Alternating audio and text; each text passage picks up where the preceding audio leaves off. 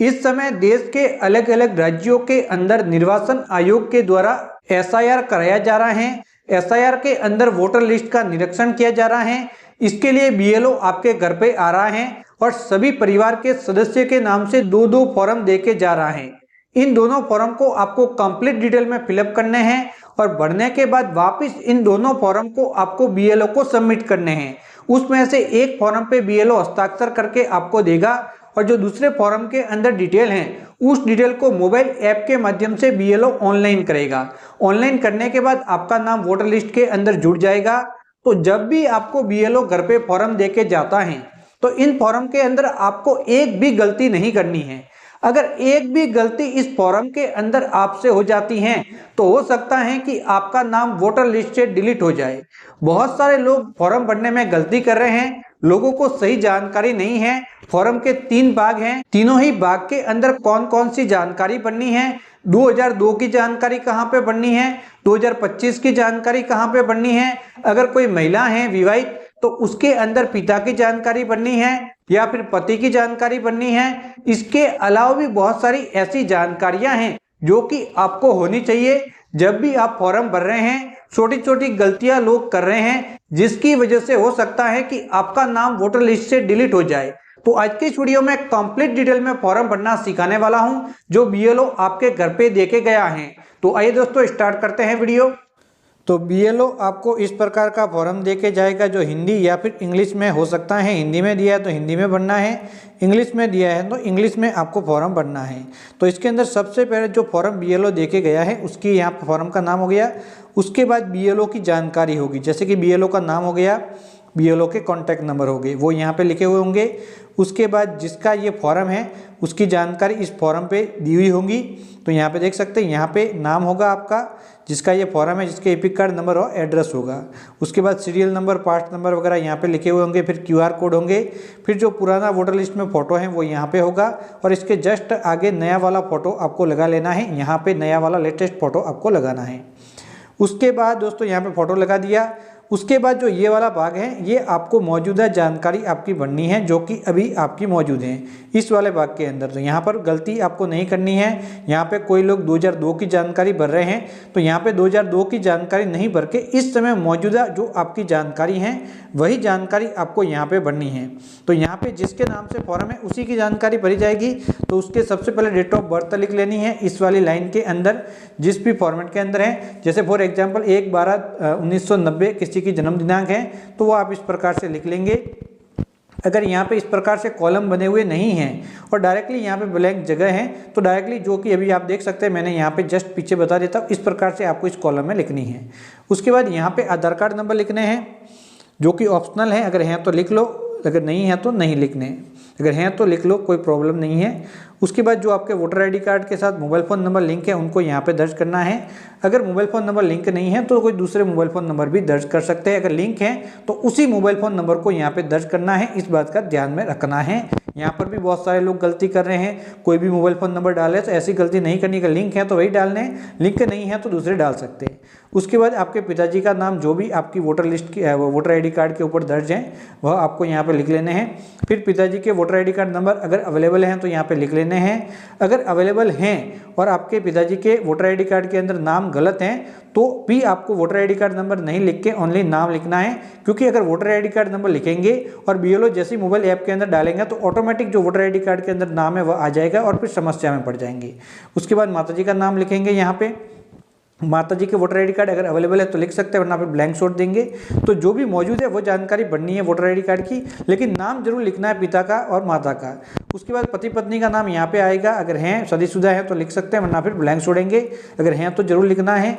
और इसी प्रकार से उनके जो भी वोटर आईडी कार्ड नंबर हैं वो आपको जस्ट यहाँ पे लिख लेने हैं। तो वो भी तभी लिखना है जब उनके वोटर आईडी कार्ड के अंदर नाम सही हो। जैसे कि पति का लिख रहे हैं तो पति के वोटर आईडी कार्ड के अंदर पति का नाम सही है तभी यहाँ पे उनके वोटर आईडी कार्ड नंबर लिखने हैं, वरना फिर आप voter ID card number blank छोड़ सकते हैं बना हुआ होने के बावजूद।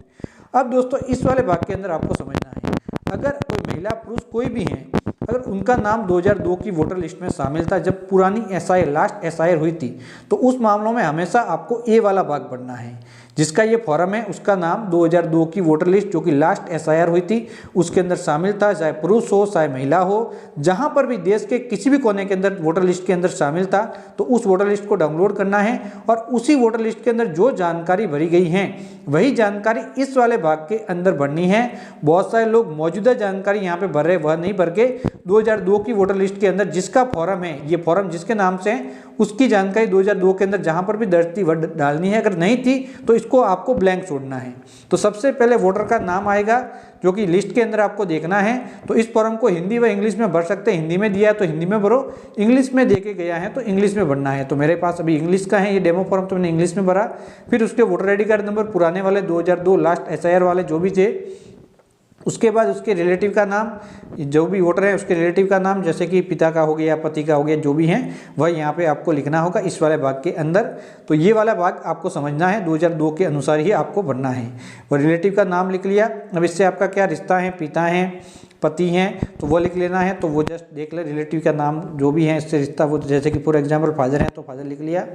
फिर आपके जो वोटर लिस्ट के अंदर नाम कौन से जिले के अंदर दर्ज था 2002 के अंदर लास्ट एसआईआर में, फिर आपका स्टेट कौन सा था उस समय, और उसके बाद आपका एसी नेम। अब आपको एसी नेम के अंदर क्या भरना है, ये वाले 4 कॉलम आपको समझना है। एसी नंबर, पार्ट नंबर और सीरियल नंबर हिंदी में दिया हुआ है तो भी इसी प्रकार के 4 कॉलम आपको मिलेंगे। तो सबसे पहले जो एसी यहाँ पे नेम आ रहा है उसे कहते हैं विधानसभा। तो विधानसभा के अंदर देख सकते हैं यहाँ पे ये वाली, तो ये आपके विधानसभा का नाम है। जैसे कि अभी देख सकते हैं सुमेरपुर लिखा हुआ है, तो इसी नाम को आपको यहाँ पे वापस आके यहाँ पे एसी नेम के अंदर यहाँ पे लिखना होगा। अभी आप देख सकते हैं, तो ये मैंने लिख लिया है, उस लिस्ट में देख लो। इसके अंदर जस्ट इसके आगे एसी नंबर भी लिखे हुए हैं, देख सकते हैं विधानसभा के नंबर, इनको जस्ट आपको यहाँ पे लिख लेना। ये नंबर बिल्कुल सही लिखने हैं। जब बीएलओ मोबाइल ऐप के अंदर इनकी एंट्री करेगा गलत होंगे तो आपकी समस्या में पड़ सकते हैं। उसके बाद दोस्तों यहाँ पे पार्ट संख्या, जिसे भाग संख्या कहते हैं हिंदी में, वह आप जस्ट यहाँ पे डालेंगे। और उसके बाद सबसे जरूरी सीरियल नंबर, इस लिस्ट के अंदर आपका नाम कौन से क्रम पे अंकित है, ये क्रम संख्या है, यहीं पे देखना है आपका नाम। जैसे कि ये वाला नाम है for example 2 number, 3 number, 4 number, 7 number, 8 number. तो जैसे कि यहाँ पे 2 नंबर है ये वाला, तो मैं यहाँ पे 2 नंबर डाल देता हूँ, ये 2 नंबर डाल दिए। तो ये हो गया ए वाला भाग। तो ए वाले भाग का आप कंप्लीट डिटेल में समझ चुके होंगे। अब फॉर एग्जांपल आप ए वाले भाग के लिए एलिजिबल नहीं है, आपका नाम 2002 की वोटर लिस्ट में नहीं था, लेकिन आपके पिता, आपके माता, आपके ग्रैंडफादर या फिर ग्रैंड मदर का नाम मौजूद था, तो उस मामलों में आपको बी वाला पढ़ना। आपका नहीं था और आपके पेरेंट्स का था तब बी वाला पढ़ना। तो जिसका भी नाम था दर्ज था तो उसका नाम लिखेंगे, उसके वोटर आईडी कार्ड नंबर 2002 के अनुसार जो लास्ट एसआईआर हुई थी, फिर से मैं बता रहा हूँ।